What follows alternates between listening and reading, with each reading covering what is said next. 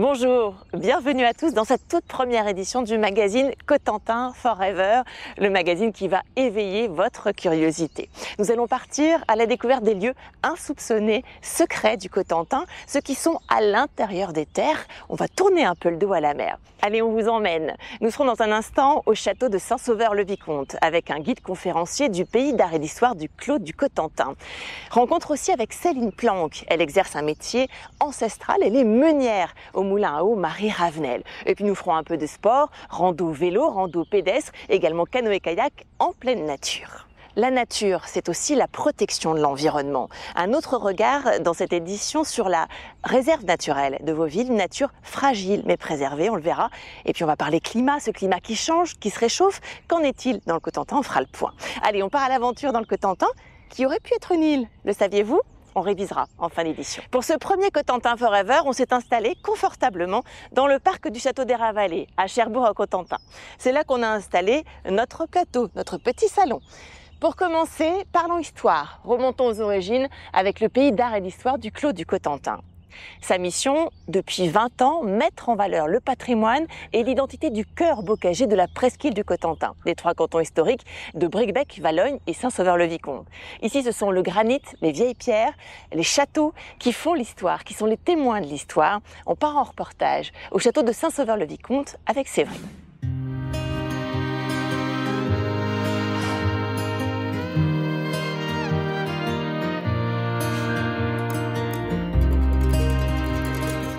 Bonjour Jacqueline, je suis à Saint-Sauveur-le-Vicomte, devant le château, monument emblématique du Moyen-Âge. Aujourd'hui, j'ai rencontré Simon, guide conférencier au pays d'art et d'histoire du Clos du Cotentin, qui va nous conter l'histoire fascinante de notre presqu'île.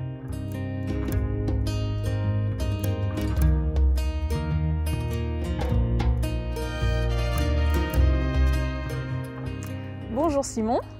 Nous sommes à Saint-Sauveur-le-Vicomte. Merci de m'accueillir devant cet impressionnant château. Est-ce vraiment le plus grand château médiéval du Cotentin? Bonjour Séverine. Effectivement, le château de Saint-Sauveur-le-Vicomte a eu une importance capitale durant l'histoire du Cotentin. Je vous propose d'aller voir ça. Saint-Sauveur-le-Vicomte, ne serait-ce que dans le nom du lieu, on comprend son importance. C'était le cœur d'une grande vicomté, donc un pouvoir fort était installé ici. C'est donc normal qu'on y trouve une forteresse aussi imposante que celle-ci, qui a dû essuyer toutes les vicissitudes de l'histoire de France, et en particulier cette grande guerre qui a marqué le Moyen-Âge, qu'est la guerre de 100 ans. Le château de Saint-Sauveur-le-Vicomte, tel qu'on l'aperçoit, aujourd'hui, il faut bien comprendre que c'est un château anglais. Ce sont bel et bien les Anglais qui, pendant le conflit, pendant cette guerre de 100 ans, s'étaient rendus maîtres du site de Saint-Sauveur. Et voilà pourquoi, pendant le conflit, les Français ont dû récupérer le château de Saint-Sauveur-le-Vicomte. Et pour ça, le château a subi un siège long de plusieurs semaines, au prix duquel les Français réussiront enfin à récupérer la forteresse. D'après ce que tu me dis, on constate que l'époque médiévale est très importante pour l'histoire du Cotentin. Mais est-ce qu'on peut remonter encore plus loin dans l'histoire du territoire? Bien, effectivement, on peut remonter très loin dans l'histoire du Cotentin. L'exemple du site du Pou, au Rosel, récemment découvert, nous prouve qu'il y a plus de 8000 ans de ça, des familles entières vivaient en Cotentin.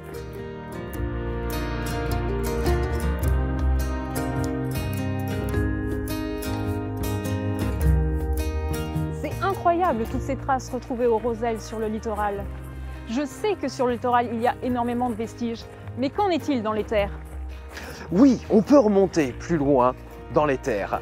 Concrètement, ici, à Saint-Sauveur-le-Vicomte, les traces archéologiques nous permettent de savoir qu'on vivait ici depuis les années 600-700. Mais on peut aussi remonter encore plus loin et plus haut.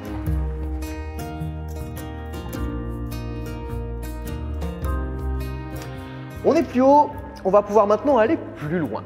Pas loin d'ici, à Valognes, se trouvent les vestiges antiques d'une ville gallo-romaine du 1er siècle de notre ère. On a encore la chance, en déambulant sur le site, de pouvoir encore apercevoir et apprécier les vestiges des anciennes thermes gallo-romaines de cette grande cité d'Alona.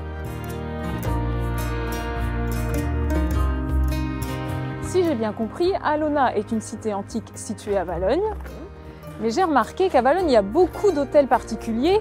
J'ai pas la date, mais je voudrais que tu m'expliques pourquoi il y a autant d'hôtels particuliers à Valognes. Bah oui, le territoire du Cotentin va changer fondamentalement après la guerre de 100 ans. Et justement, on va aller dans une partie du château qui va nous parler de tout ça.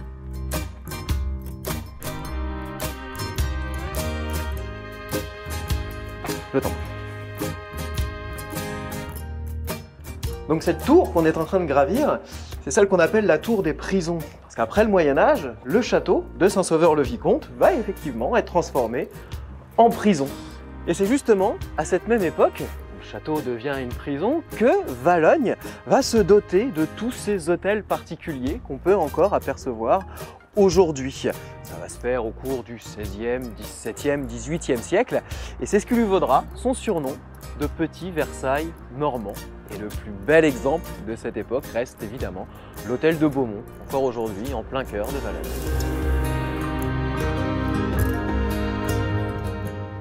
Merci beaucoup Simon pour cette fantastique visite du château de Saint-Sauveur-le-Vicomte. Et vous aussi, vous pouvez découvrir ce château tout au long de l'année en visite libre ou en visite guidée avec le pays d'art et d'histoire du Clos du Cotentin.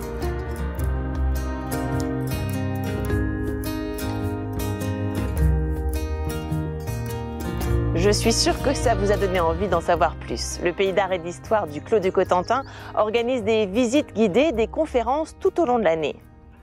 Les détails sont sur leur site internet, leur page Facebook et dans les offices du tourisme du Cotentin. On vous avait promis de belles rencontres. Nous accueillons maintenant Céline Planck. Elle est meunière au moulin à eau de Marie Ravenel. Bonjour Céline Planck. Bonjour Jacqueline. Bienvenue sur le plateau de Cotentin Forever. Vous êtes meunière au moulin à eau de Marie Ravenel. C'est ça. Meunière en 2023. Racontez-nous, quel est votre quotidien ? Alors, le moulin a été rénové au début des années 2000 et produit à nouveau de la farine. Donc j'ai l'immense privilège de produire de la farine sur meule de pierre dans un moulin du XVIIIe siècle. Comment ça fonctionne un moulin à eau ? Alors il y a une grande roue à auger, c'est le poids de l'eau qui fait tourner la roue, qui actionne des engrenages et qui actionne à leur tour une meule. Ce moulin, on peut le visiter, on peut le découvrir ? Tout à fait, de avril à septembre. On propose une visite libre pour découvrir à son propre rythme les différentes pièces du moulin au moulin à eau de Marie Ravenel. Et donc vous y produisez au quotidien de la farine ? Quel genre de farine ? Alors on produit de la farine assez rustique, puisque c'est une meule de pierre qui écrase le blé. C'est une farine très riche en son. On ne le fait pas quotidiennement, mais on fait de la farine très ponctuellement. Cette année, par exemple, il y avait 10 matinées consacrées à l'écrasement du blé. C'est compliqué de faire fonctionner un moulin à eau ? C'est très technique, c'est de la mécanique. C'est un savoir-faire qui est perdu. Les derniers moulins de ce type-là ont cessé de fonctionner au début du XXe siècle, même parfois avant, souvent avant d'ailleurs. Les derniers ont fonctionné jusqu'au début du XXe et le savoir-faire s'est malheureusement perdu. Donc je cherche à reproduire d'année en année, je perfectionne, je découvre. Et vous avez quelqu'un qui vous guide pour ça ? Absolument pas. Alors comment on fait pour retrouver ce savoir-faire ancestral ? On essaye. On déduit, on observe, on écoute et on se perfectionne d'année en année. Le moulin à eau de Marie Ravenel, qui est Marie Ravenel ? C'est une meunière poétesse qui est née au moulin en 1811, son père est le meunier et elle va se rendre célèbre pour la poésie qu'elle écrit. Elle va publier à 3 reprises sous son nom de jeune fille. Pour l'anecdote, elle aura écrit plus de 200 poèmes et fables. Et elle a été vraiment reconnue pour l'époque. Une femme du 19e siècle, c'était vraiment un destin hors du commun. C'est ce qui fait sa singularité. Une figure très inspirante, un lieu très inspirant alors. C'est ça. Alors vous nous avez ramené quelques farines? C'est ça, oui, les farines produites au moulin. Donc je vous ai ramené la farine type 110, qui est une farine très riche en son, très rustique, et la farine intégrale avec laquelle j'ai fait les rochers meuniers, elle comprend quasiment tout le grain de blé. Presque tout ce que le moulin écrase, je le récupère pour donner la farine intégrale. Et avec cette farine intégrale, je fais de succulents rochers meuniers. Est-ce que vous voulez goûter, Jacqueline? Oui, alors ce ne sont pas des cookies, ce sont des rochers meuniers. C'est ça. Ça change tout. Ça change tout.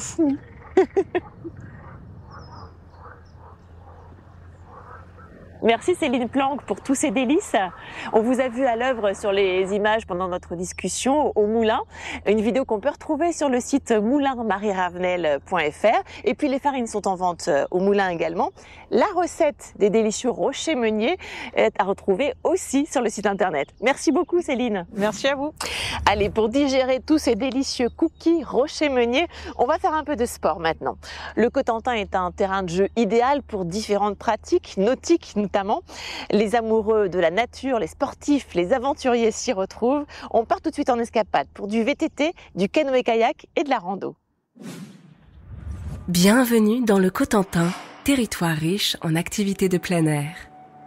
Grâce à ses grands espaces naturels préservés, la région est un véritable paradis pour les amateurs de sport nature.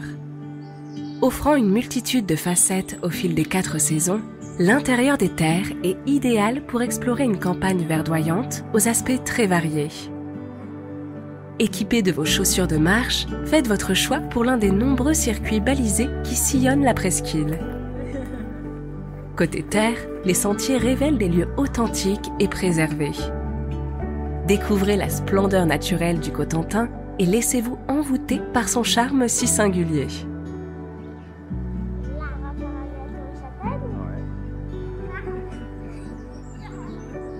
Enfourchez votre vélo et partez explorer le territoire à travers les multiples itinéraires cyclables proposés.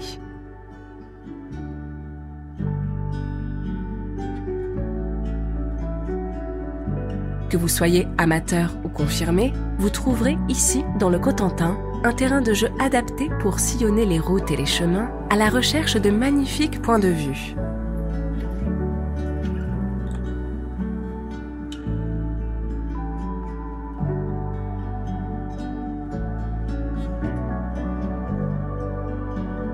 Enfilez votre gilet de sauvetage. Les rivières et cours d'eau qui traversent le Cotentin sont accessibles en kayak.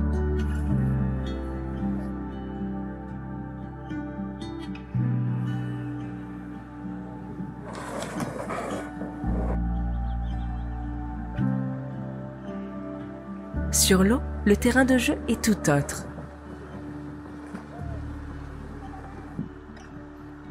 On se laisse glisser sur la rivière à coups de pagaie.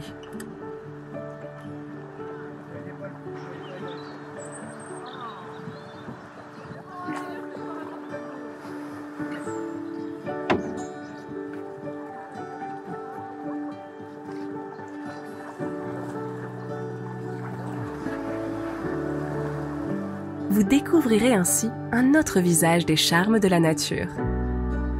Alors, prêt à sillonner ce Cotentin secret?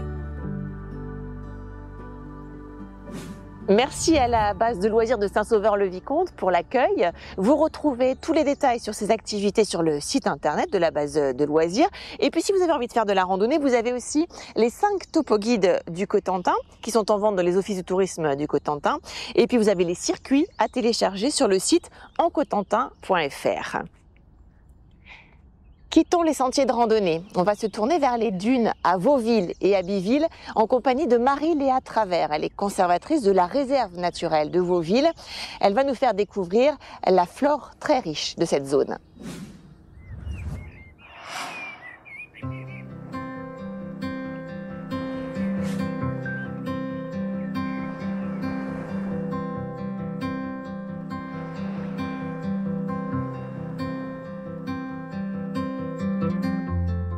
Marie-Léa Travers, conservatrice de la mare de Vauville, qui est classée en réserve naturelle nationale depuis 1976 et qui est gérée par le groupe ornithologique normand depuis 1983.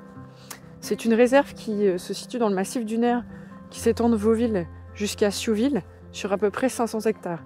C'est un site plutôt exceptionnel puisque on est sur une mare d'eau douce qui est à quelques mètres de la mer et qui est séparée de la mer par un cordon dunaire. Et c'est d'autant plus exceptionnel puisqu'elle va accueillir énormément d'espèces rares, dont des amphibiens, mais aussi des oiseaux, et beaucoup de plantes aussi.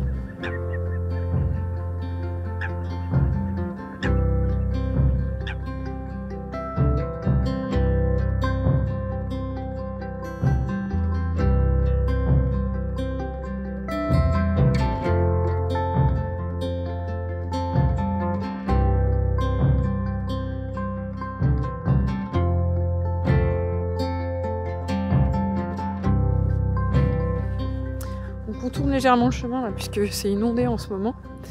Et comme ça va me permettre de vous emmener sur la dune pour vous présenter le second intérêt, en plus des amphibiens, donc, qui a fait que la mare a été classée en réserve naturelle nationale. Ce sont en fait la diversité des plantes qu'on va retrouver au niveau des dunes. Je vais vous présenter les premières plantes qui sont fleuries à la saison et qui sont très bien adaptées au milieu dunaire. On va avoir le saxifrage à 3 doigts ici, qui se reconnaît. Ou on a encore ici, qui est un peu rouge là. On a l'érodium, qui est une variété de géranium, ici, avec des feuilles très découpées. Un géranium là, une autre variété de géranium. Ou encore la tortue des dunes, qui est une petite mousse, qui est très présente partout sur la dune, qui se reconnaît à sa couleur verdâtre, avec des poils blancs au bout quand elle est sèche. Et puis une fois qu'elle est humide, elle est plutôt verte claire avec une forme étoilée.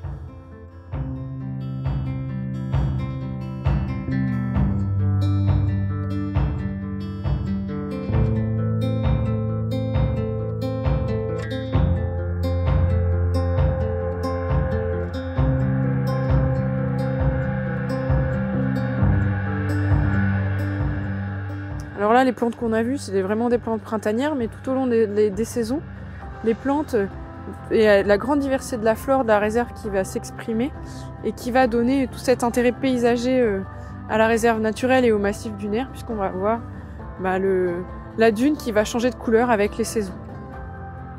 En plus de l'intérêt paysager lié à la flore elle va participer aussi à la préservation de la mare de Vauville, puisqu'elle va maintenir le sable sur la dune. Et il faut savoir ici que la menace principale qui pèse sur la préservation de la mare de Vauville, c'est l'érosion, et notamment l'érosion liée au piétinement. Sur les réserves naturelles, la réglementation est adaptée aux enjeux. Et donc ici, pour protéger la dune, il vous suffit simplement de vous promener sur les sentiers balisés.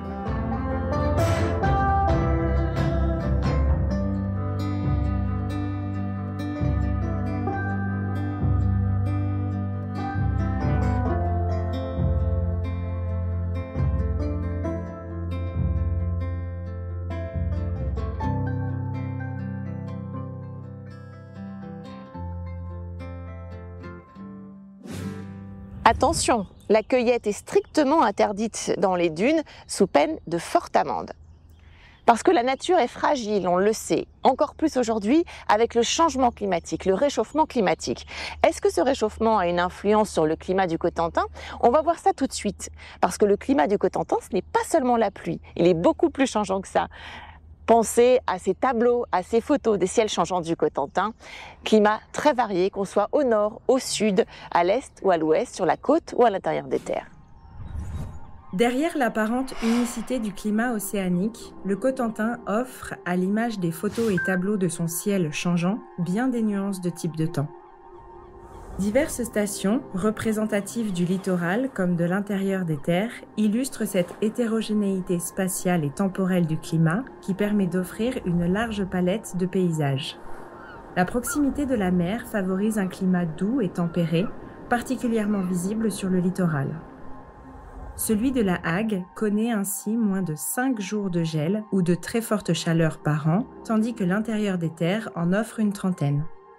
Néanmoins, la diversité d'orientation des côtes apporte elle aussi sa contribution en aménageant des situations d'abri ou d'ouverture au vent. La côte Est enregistre ainsi une vingtaine de jours de gel par an car elle est abritée des vents dominants d'ouest, au contraire de la côte Ouest qui est exposée à un air marin plus doux. Le relief et la distance à la côte ont un rôle non négligeable dans la variété climatique locale. Le littoral ouest de la Hague reçoit moins de 800 mm de pluie par an en moyenne, quand à l'intérieur des terres, cette moyenne dépasse les 900, voire les 1000 localement. Si la trajectoire actuelle d'émissions de gaz à effet de serre ne s'inverse pas, les conséquences déjà visibles s'accentueront. Les gelées disparaîtront progressivement, tandis que le nombre de jours de chaleur augmentera comme ailleurs. Du fait de sa géographie maritime, le Cotentin verra ce phénomène limité à une trentaine de jours par an en moyenne. L'évolution prévisible des précipitations n'est pas encore clairement établie, mais semble indiquer des hivers plus arrosés et des étés plus secs. Les records de température qui sont pour l'heure inférieurs à 40 degrés à l'intérieur des terres pourront dépasser cette barre symbolique avant la fin du siècle, comme ce fut le cas en Bretagne dès 2022. Avec le réchauffement climatique, on pourrait imaginer que le Cotentin devienne une île, certains le fantasment. Mais en tout cas, dans le passé, figurez-vous que le Cotentin a bien failli devenir une île. On vous explique.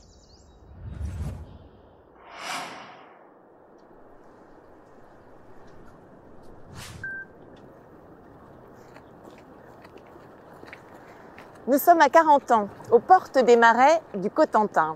Le Cotentin, le saviez-vous, aurait pu être une île. Napoléon voulait construire un canal de 40 ans à Port-Bail. Ça ne s'est jamais fait. On va vous raconter l'histoire. Mais avant, on est allé demander aux habitants de 40 ans s'ils connaissaient l'histoire. Que le Cotentin aurait pu être une île? Non, je vois pas. Non, ça me dit rien. Ah non, pas du tout. On a fait le tour de 40 ans, mais non, lu nulle part, on ne sait pas. Non, pas du tout. Non, je connais pas. Non. Non, je connais pas.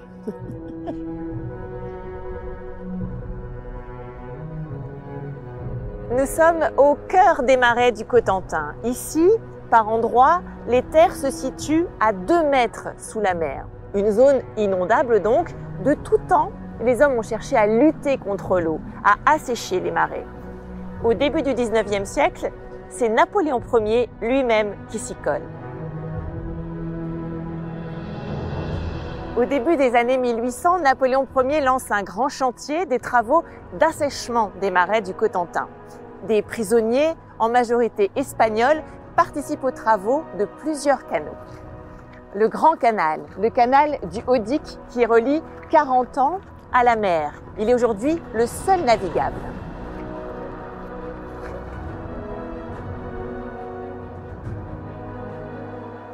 Le canal de l'Hôpital, lui, il est comblé dans les années 60. Vous pouvez l'imaginer, c'est la rue aujourd'hui de l'ancien canal, à 40 ans. Le canal des Espagnols, le canal du Gravier, le canal d'Auvers. Ces 3 canaux sont aujourd'hui des réserves de pêche. Au-delà de l'assèchement des marais, Napoléon Ier avait une autre idée derrière la tête.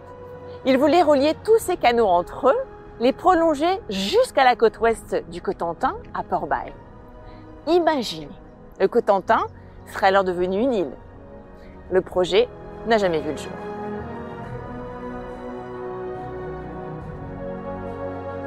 Le canal transcotentin avait un objectif militaire. L'Empire est alors en guerre contre l'Angleterre. Depuis des siècles, et l'annexion de l'Angleterre au duché de Normandie, les 2 côtés de la Manche sont régulièrement en conflit. Guillaume le Conquérant, la guerre de 100 ans, souvenez-vous de vos cours d'histoire. La Normandie devient définitivement française au XVe siècle. Mais la France et l'Angleterre s'affrontent pour encore plusieurs siècles. La Manche est en première ligne. Pour Napoléon, le canal transcotentin devait permettre à la flotte française de faire face des 2 côtés de la Manche à la flotte anglaise qui, avec les îles anglo-normandes, disposait d'un poste avancé. Après tout ce chaos, la paix revient en 1814. Le projet de canal, lui, coule définitivement en 1886. Tout s'est apaisé aujourd'hui. Les îles anglo-normandes sont nos voisines, presque nos cousines, avec un statut très spécifique. Les îles anglo-normandes sont géographiquement françaises, mais elles dépendent politiquement de la couronne britannique. Pour autant, elles ne font pas partie du Royaume-Uni. Les îles anglo-normandes ont donc un statut hybride entre autonomie et dépendance. En anglais, on les appelle les Channel Islands, les îles de la Manche. Aujourd'hui, ce n'est pas un canal qui nous relie à ces îles, mais des liaisons maritimes régulières.